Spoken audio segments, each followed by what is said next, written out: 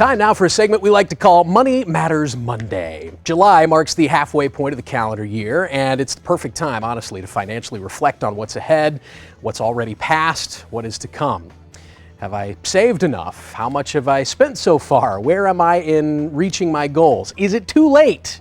Well, there's a simple answer to that last question. It's never too late. That's what our next guest has to say. Chris Shreves is the president and CEO of Circle of Advisors. How are you, sir? Doing well. You're going to keep this simple for us. We got 5 points. I like it. Number one, sounds big, but I think if you set your mind to it, you can accomplish it. Reassess that 2019 budget. Just sort of see where it stands. Right? It's really important because a lot of people put a budget together or they don't put a budget together, and that's even worse, right?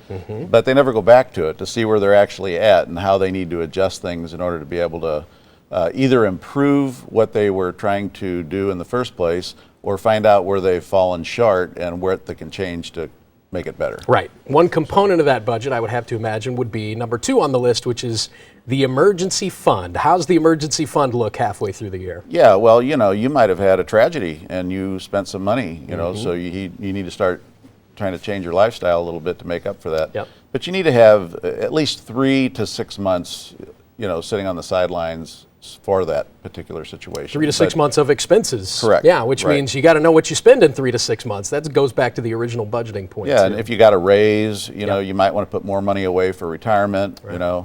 Maybe pay less taxes because you got a raise, so you put some into your retirement plan. You might have gotten an inheritance or something like that. Sure. So all of that stuff plays into why you would want to engage on that. Very good. Number 3, and this has been an important one for me for the last few years because it keeps changing. Review your beneficiaries. Have there been any big changes in your family? That's a big one. If you've gotten married and you didn't have your spouse on there, if you had a child and you want them to be the contingent beneficiary, right.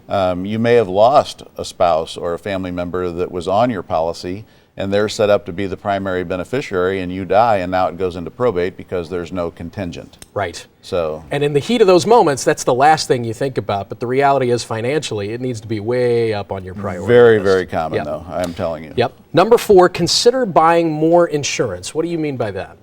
Well, you might want to buy insurance to. Insurance isn't just bought today just to put you in the ground. Right. Okay. Right.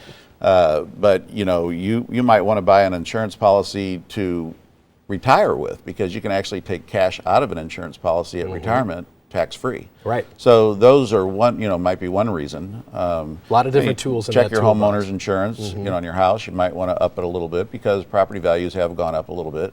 And so lastly, you're short. You might want to contribute a little more to your retirement fund if you've got the money to do it. Right? Look, if you can put money away for retirement, it's a lot easier to do it now than to wish you would have, later on. It's a sick feeling in your stomach. So true. So true. Yeah. Look at that. We did that in about 3 minutes. 5 points. Think about those and you'll see where you stand this year. Thank you so much, Chris. Appreciate it.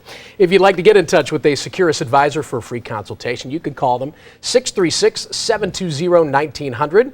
or 800-720-4252, or check them out on the web, circleofadvisors.com.